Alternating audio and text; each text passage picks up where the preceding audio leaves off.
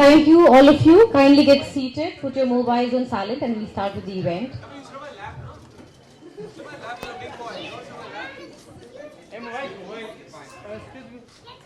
Good evening, everybody. On behalf of Tidal Waves and Penguin Random House India, I'd like to welcome you all to the book launch of The Kiss of Life by Imran Hashmi and Bilal Siddiqui. This is a very, very proud moment for us. The book has already done very well. It's a best-selling book, and we're finally able to launch it here in Mumbai. So thank you, all of you, for being here. Please welcome all our panelists with a huge round of applause.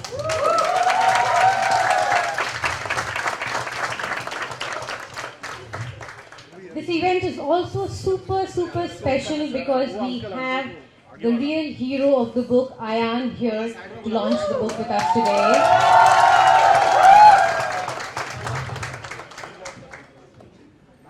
So a warm, warm welcome to you, Ayan.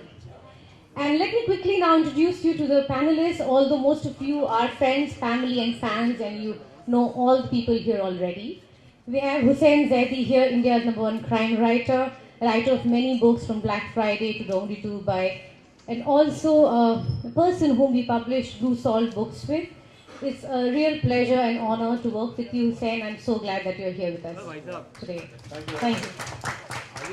Imran Hashmi, of course, actor of blockbuster Bollywood films, but now also a best-selling author. So this is another feather in his cap. Thank you so much for being here. Ayan, how are you feeling? Say hi to everybody. Say hi. Hey. So he's the person why the book happened. He's the real hero. Most of you who would have read the book would know the journey he's gone through and the courage and determination he's shown through everything. So I think just hats off to you. Cape on or off, you are the real superhero.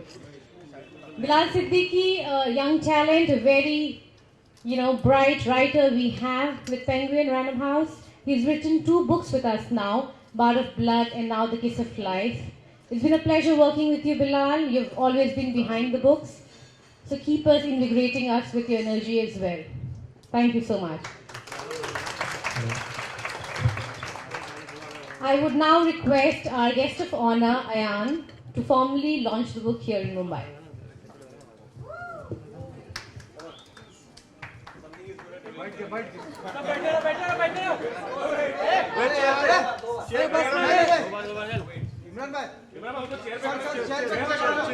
Chair पे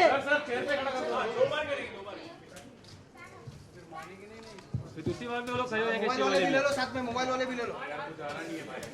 अभी लेने दो mobile वाले।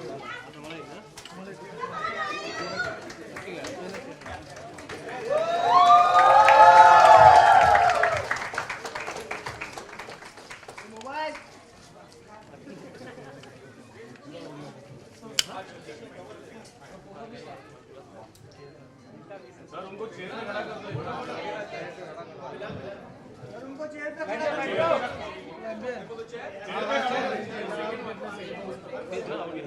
आगे बैठ जाओ।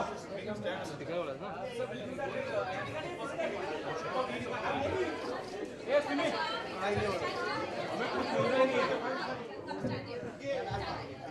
हो गया स्टील। हमारा और आइडिया। वो तो बुका। इमरान सर।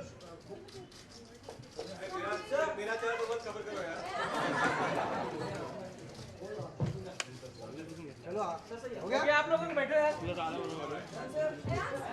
चल ए बैठ जाओ। ये बैठ ये भाई हो गया भाई। अंकित अरे अंकित बस में खाली एक मिनट सर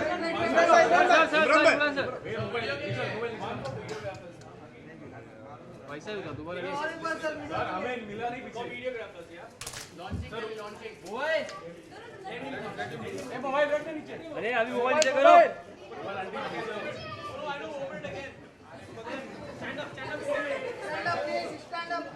चेयर पे hold the book up. Thank you.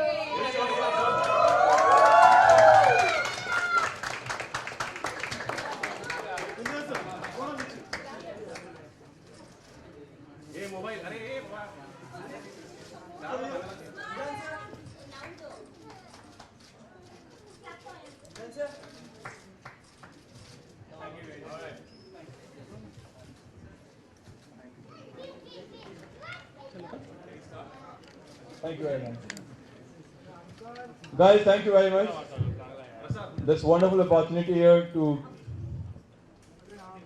launch Imran Hashmi's book, a dream that I saw some 2 years ago. I read somewhere that Hazrat Ali says, "Atazamu annaka bi jarmin sagir, wafi kantawa alami akbar."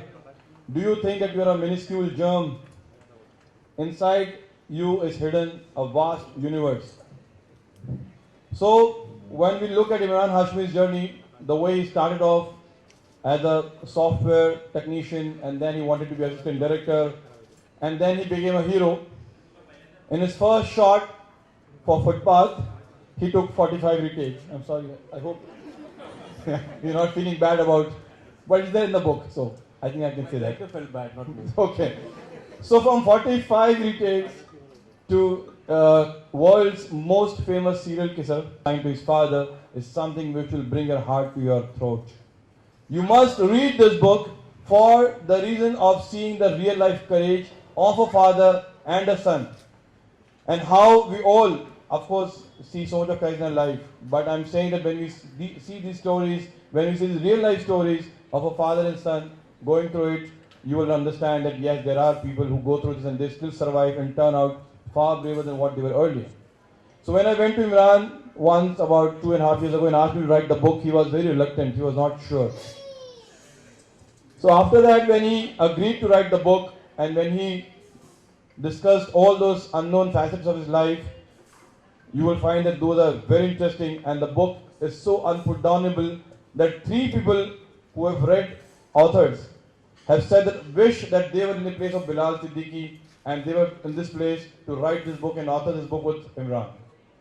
So I will now ask these guys to speak and tell you about their journey and what they went through and how they thought about writing the book. Imran. Well, first of all, thank you everyone for coming here this evening. Thank you so much. I want to start by thanking a few people. Without them, this book wouldn't have been possible. First of all, Mr. Hussain Zaidi, the man who relentlessly pushed me week after week, month after month, after I came back from Canada where he was being treated. And I remember what Hussain told me. He said that, you know, you've been through this as parents, this information that you've had, that you've got on your side. If one family, one parent, if one child fighting cancer can have this information on his or her side, it will be battle won for all of them and for you. And also Bilal, you know, my partner in crime, I wouldn't have been able to do it without him. He really pushed me dig down into those painful memories back in 2014 in January and document them in this book. So thank you, Bilal. And also Millie, the entire team at Penguin, it wouldn't have been possible without them. They've really given the book the kind of exposure that it needed to get across to everyone in the hour of need. And also, I think next month there will be a Hindi version and a Marathi version that will be launched. So looking forward to that. So let me just take you back through the incident 2 years back and tell you exactly how the book eventually happened. It was January 13th, 2014, when as a family our life was completely wrecked. It was a casual brunch that me, my wife and my son had gone for to Taj Lands End. And it was there where we detected some abnormal symptoms in our son. And we rushed him to the hospital. There was his head pediatrician there and tests began. You know, there was a conversation that we had 2 weeks back. We didn't want, we were delaying a simple blood test for the hemoglobin because we didn't want our child to go through physical trauma when a needle went into his arm. And here in this hospital, there was needle after needle jabbed into his arm and doctors trying to get to the bottom of the problem.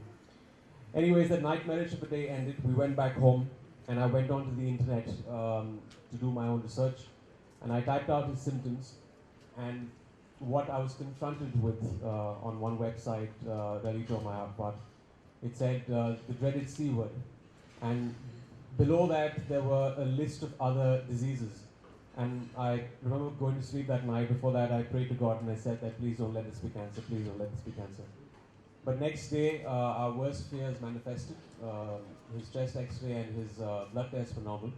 But in his sonography, there was a tumor the size of a seasoned ball that was growing on top of his left kidney. And I remember seeing it on the sonography machine, this dark grey haze. For those of you who don't know what that is, that's a Wilms tumor. It's a very rare case of kidney cancer that happens to a minuscule percentage of kids. Of all pediatric cancers, roughly around 2 to 3%, and he happened to be part of that unfortunate percentage of kids. This is how the book actually started. Somewhere it started seeding in my mind. But there was this fear in me, and there's a fear that in most of the cancer patients and parents, a fear that when the chemotherapy is being administered, you feel the job is being done, that something is fighting the disease. But what happens once that stops? Doctors and oncologists didn't give me the right answer. They didn't give me the answer I wanted to hear. They told me that, take the chemotherapy, fingers crossed it won't come back. Because there is recurrence in cancer, there is a 5-year survival rate.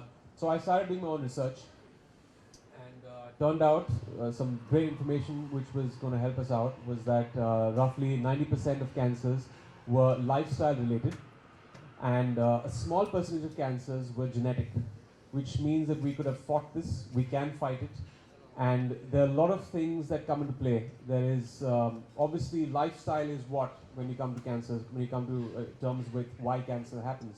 The air we breathe, the food we eat, the water we drink, the stress levels, all of this contributes to an abnormality in the body. And we put Ayan on a very, very good diet. He's probably the only 6-year-old who has a vegetable smoothie. I can't have it. So he really, I guess, worked his way himself to cure himself of this disease. And, it's statistically they say that roughly by 2030 there will be 4 in 5 people who will have cancer. And that's a very alarming rate for our country. That means probably everyone in this room at some point of a time with our given diets and lifestyle are candidates to get this disease.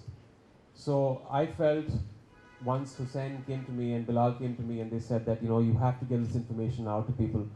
And if it touches one life and gets the information to them, it will be a great accomplishment. And this is not just for cancer patients. This is for people for prevention. Because even we as a family felt that this could never happen to us. Cancer is something that happens to someone else. But I have news for you. It comes knocking on your door without a warning. And sometimes it gets very late. So I would advise everyone to go out and read this book. We have put the last 3 chapters, which are about what you can eat and what you can avoid to reduce your probability of getting this disease. Something that oncologists will not tell you. I have nothing against them. They have saved my son's life because chemotherapy was given to him. But the fact is that food does not come into their domain. It cannot be patented. So that's why pharma companies will never say, if you have curcumin, for example, it can help you fight heart disease and cancer. So all these things have been documented in this book. So I hope everyone gets to read it. And yeah, over to Bilal. Thank you for giving me the chance to write this book for you. I think, thank you all for coming. I think exactly or slightly over a year ago at this very place, we had launched my book, and exactly the 3 people. Today we have a little addition, and that's Ayan, because of whom this book is possible. I think Ayan serves as an inspiration to pretty much everyone out here in this room. He's so cheerful. He's just like the coolest kid you can be around.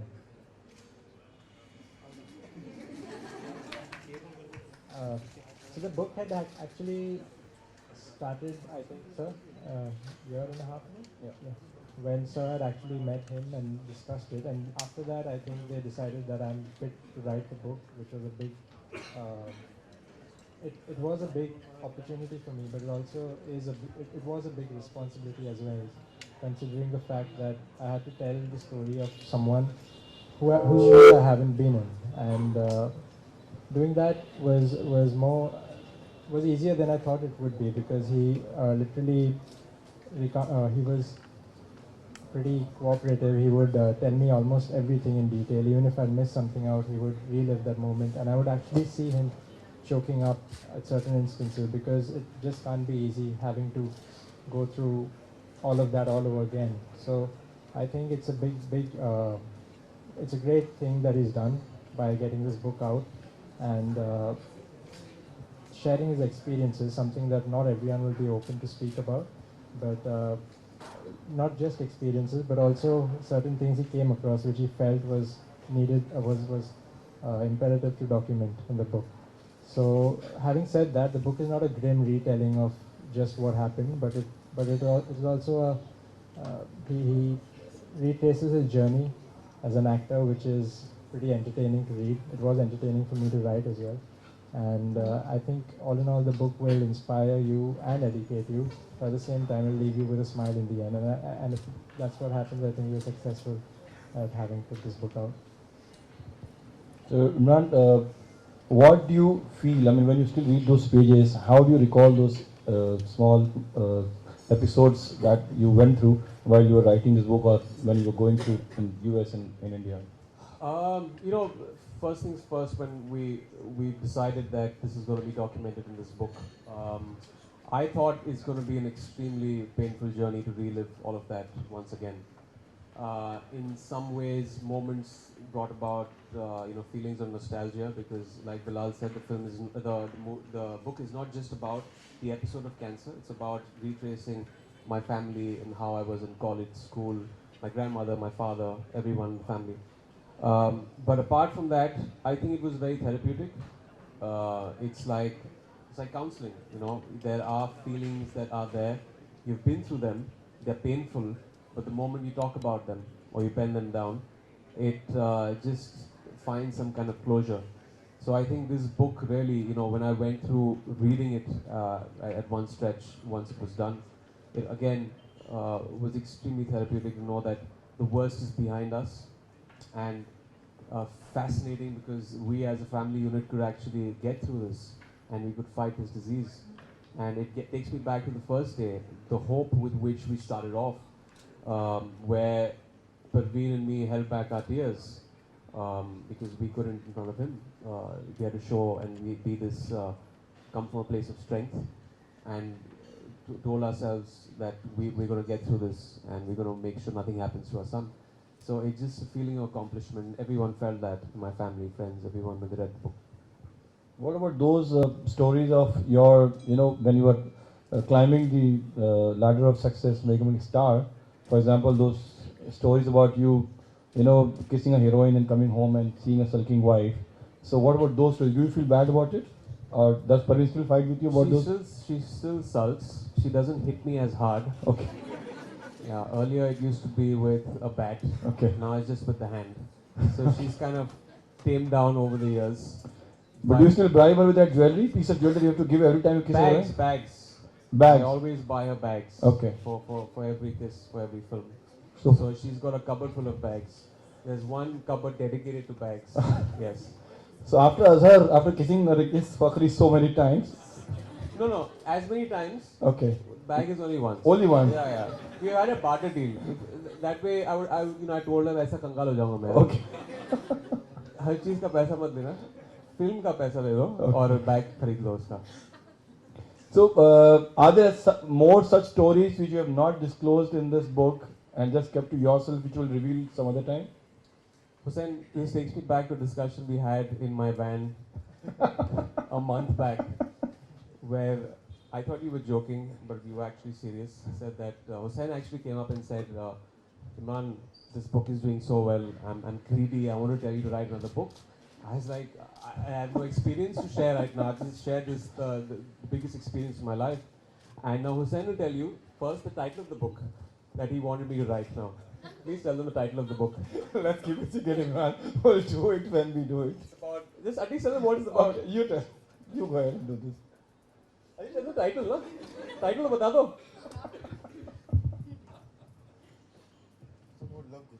It's about being a love guru. He does not know what a hopeless romantic I am. I might act as this smooth guy on screen, But if you ask my wife, what I hope. Yeah, he proposed his wife in a lift saying, can we, marry? Something of that By sort. the way. And Yeah, by the way. I got rejected like 3 times. So that's the love guru for you. I think I'd make a disastrous book. But I don't think I'd no, but imagine get if down to he, despite being such a hopeless romantic, is known as serial kisser everywhere, and those movies where he has not kissed has been a miserable flop. For example, Shanghai. What other movies were there? Thankfully, some films where I've not kissed also have flopped. So, which I've kissed also have flopped. Okay. So, there's the equation got balanced over there. And I'm not writing that book, sir. That's okay. Imran will write alone this time, I guess. But I thought he could be a successful love guru if he wants to write that book. I think about it. Yeah. I think I'll actually give it a thought. So guys, there's any question now, we can ask questions from Imran and Bilal. Yes?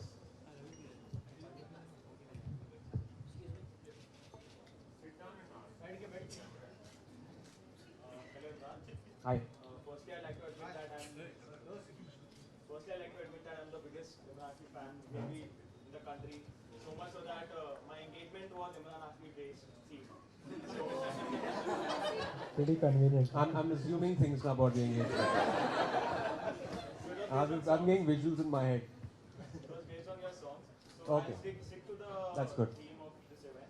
So I'd like to ask you, you were being through this crisis journey, and what are the things you learned about yourself as an individual in this journey, and what are the positive, if you could draw from this experience? That was the hardest chapter to pen down because I didn't fully know how it had changed me, and it took a lot of time. It took me roughly 2 months. I was shooting for Azhar in London, and then I kept thinking about it because it's like any crisis, any trauma, death changes you. A trauma like this in your family changes you, and you don't fully understand or comprehend how it's changed you. But then, when I realized it, I started penning it down, and it was actually going back to a race that my son ran, and we didn't want him to run that race because he just come back with chemotherapy and he was very frail, and there was going to be sun there with the mud there, and we thought he was going to fall sick because his immunity was low, and something miraculously happened. It was not short of a miracle because when he started running the race, he was very frail. He took 3 steps and he fell hard on the floor, and he got himself up and he ran as fast as he could. He ran 5 steps and he fell again. He got up again, he ran and he finished that race. And I remember that visual of him turning around over his shoulder. He smiled at me and he put his thumbs up. And that was the wisdom that I got in my life that probably 10 wise men haven't taught me in so many years. That life's going to hit you time and again. It's going to hit you very hard. And you're going to fall. And you're going to fall hard. And however shaky your feet, you must get up and roll with the punches. And that's something a 5-year-old taught me. And that gave me perspective to life and made me feel that personal issues, professional issues are so trivial. When you have a kid come into the world and at the age of 3.5 battle a disease like this and still has a smile on his face. Through all of this, what are we complaining about? He has a smile right now. So he's a rock star. So this is what's changed me. This is what gives me perspective to keep moving on and have a sense of optimism. Responsibility is one, because I find myself as being a very irresponsible person. I try to take on responsibility as much as I can. Having a son has changed that. That has given me a certain responsibility to act and behave in a way that he would aspire to be someone like me and be a role model for him. So that, to a certain extent, has brought in a kind of responsible part of me through this. I don't know what he's doing right now. I think he's changing the time. Yeah. Yes, ma'am. There. Yeah.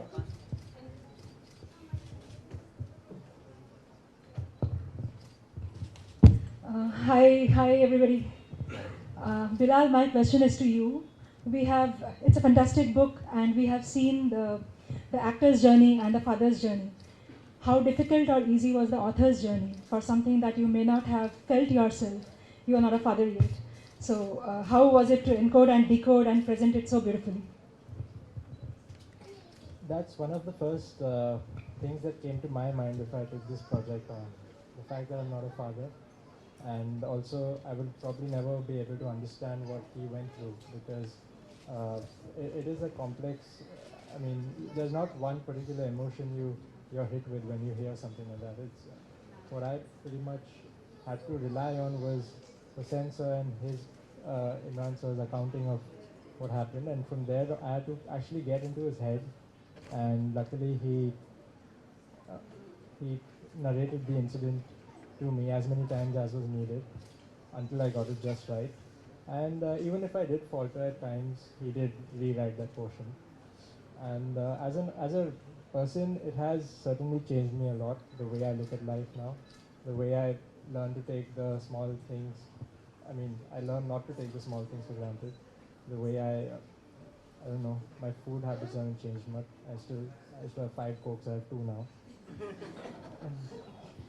Unless I'm on the table and I keep taunting him. Then I have 1. And so, yes, it was a complex book to write, and I know this is just my second book, and even if I write 10 more, none of them will be as special as this one was. So, in that sense, yes, it was quite a journey, and I'm grateful it happened. Thank you.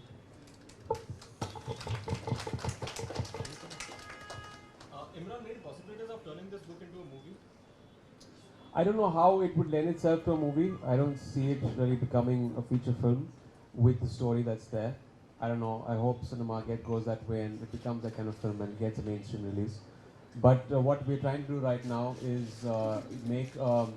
That's actually the thought I had when we had our Delhi launch, and I shared it with Bilal and Hussain, that I felt that this should be made into a documentary, which is something I seriously want to think about.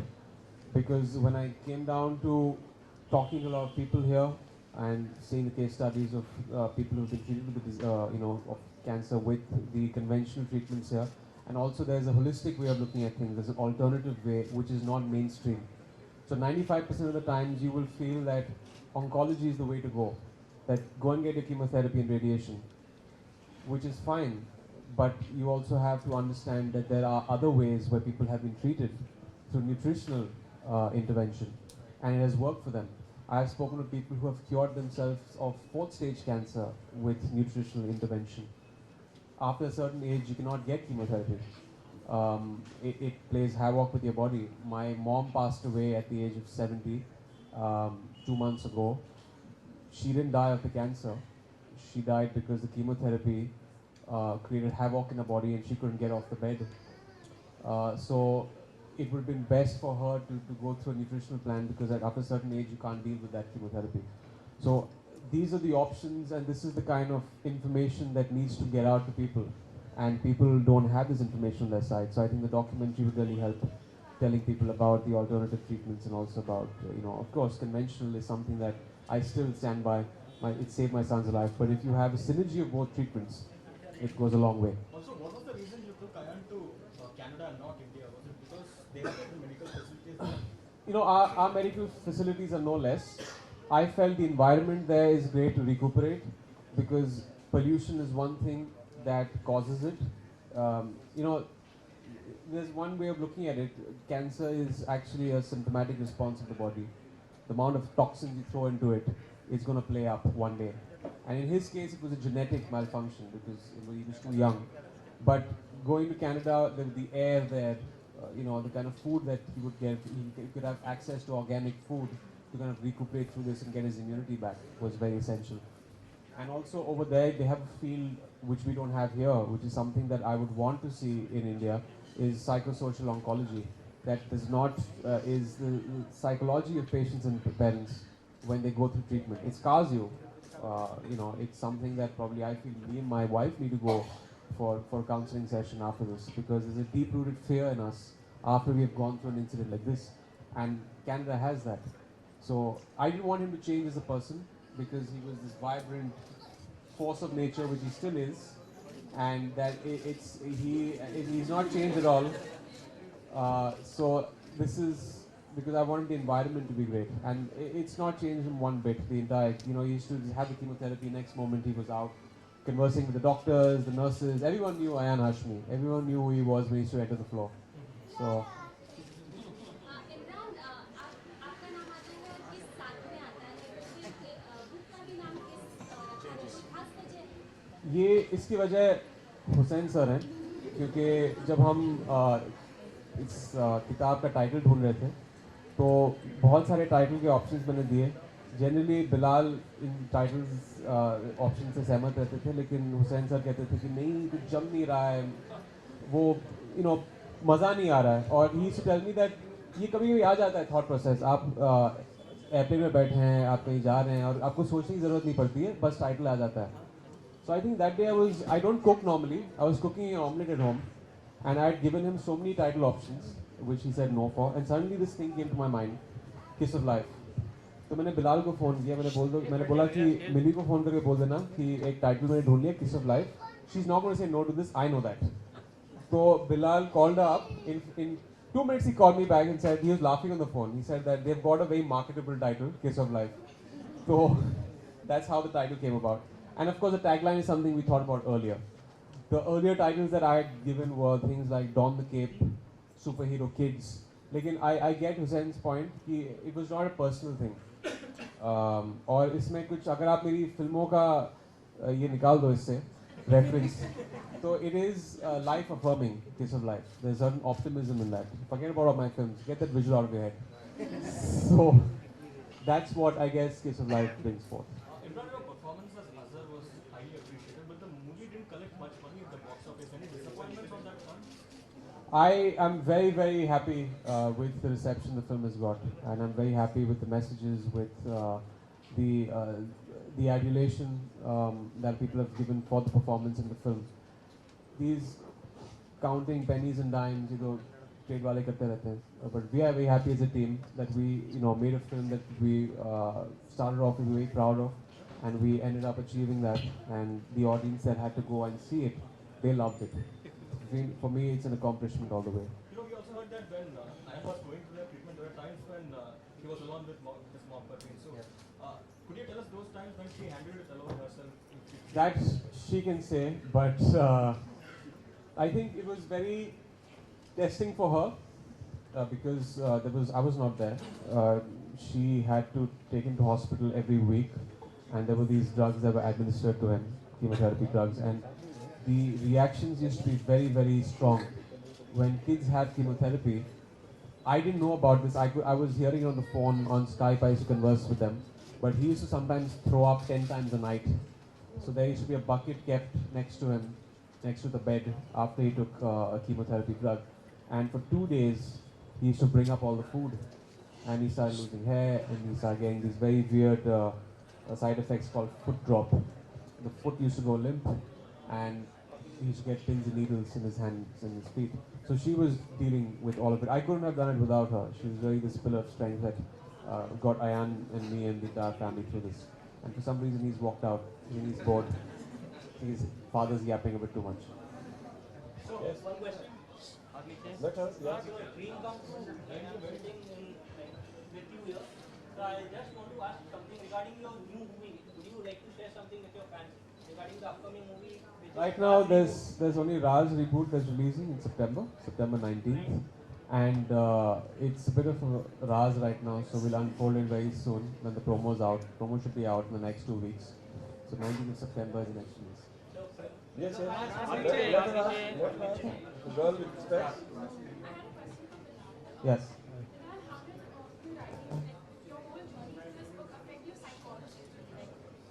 It did change me, as I said before, it did change me a lot as a person. I learned to be grateful for all the small things that life has given me and not complain as much. Did you like sort of feel bad, or is it like it Oh, was sort of hurt you or something? I think, you heard him telling the story of Ayan bringing up the food, and I'm sure it pretty much made everyone here a little queasy. So imagine I had to relive the entire tale, and of course, seeing him, he's not going to be very cheerful about recounting all of that. So naturally, when you see someone telling the story that way, it does kind of play on you too as well. And naturally, it is a very sad story, but at the end, I think it turns out to be one of hope. So I guess we are not telling a sad story here. It's the story of how from the sadness we found hope, and and luckily all's well that ends well. You know, that's the takeaway from the book. It leaves you inspired. I think it will get everyone pretty happy the way it ends at that note and optimistic. That's pretty much what we kind of wanted the takeaway for this book to be. Thank you. Yes. I would like to ask you a question. I became your friend after watching Jannat movie. I would like to, when Jannat will release, I am very excited about Jannat series. I was sitting with the director last night only. I was telling him to make the film. He's looking for a script. So जब script आ जाएगी तो I'll definitely tweet about it. Yeah, so you wanted to. हाँ बोलिए बोलिए बोलिए. Just come to attend the Evening training. Just come to attend. Oh, thank you so much. When you coming Kerala? Kerala, hopefully when Raj releases, I'll come to your city. Where exactly you place? All right, we'll We just might take tour Kerala during Raj release. one last question. Please stand up and ask your question.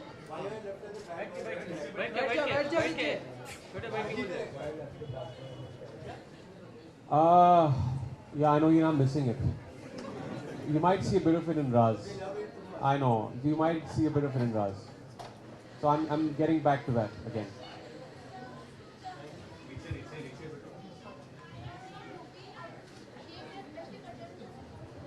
Oh, thank you so much. Of course you can. Come.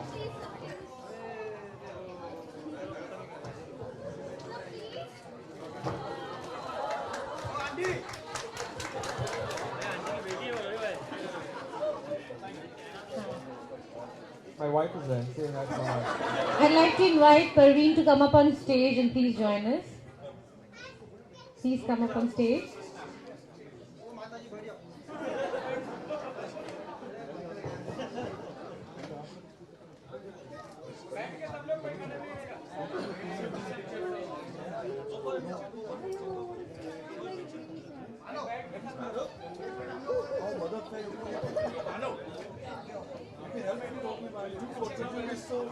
All right. Let's get the superhero up on stage. Come.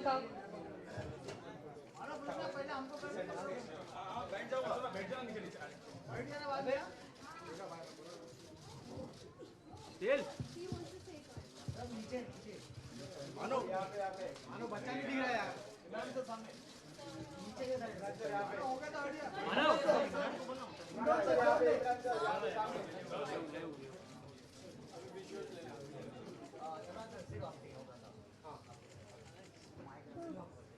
अरे chill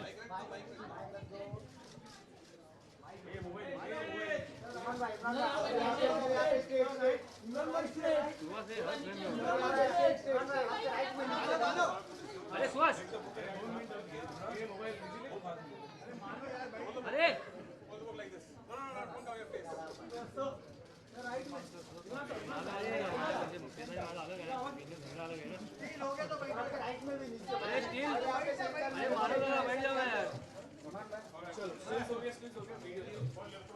Thank you so much, all of you. Thank you for being here. You all will get your signed copy. Please don't push. Just have patience for 5-10 minutes. We'll get all the copies signed. Turn by turn, please.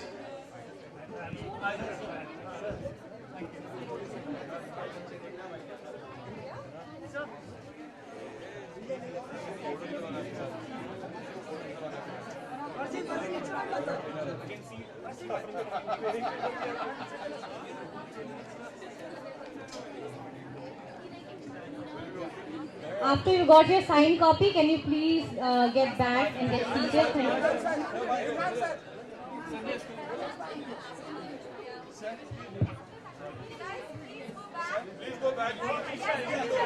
If you push like this, we will have to stop the signing. Please. We will get it signed.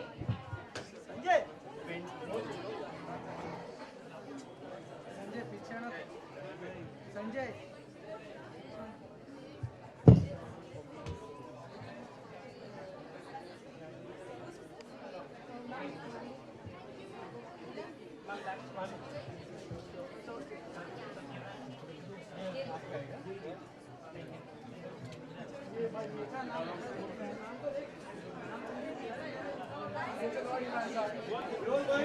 Yeah, but where is it?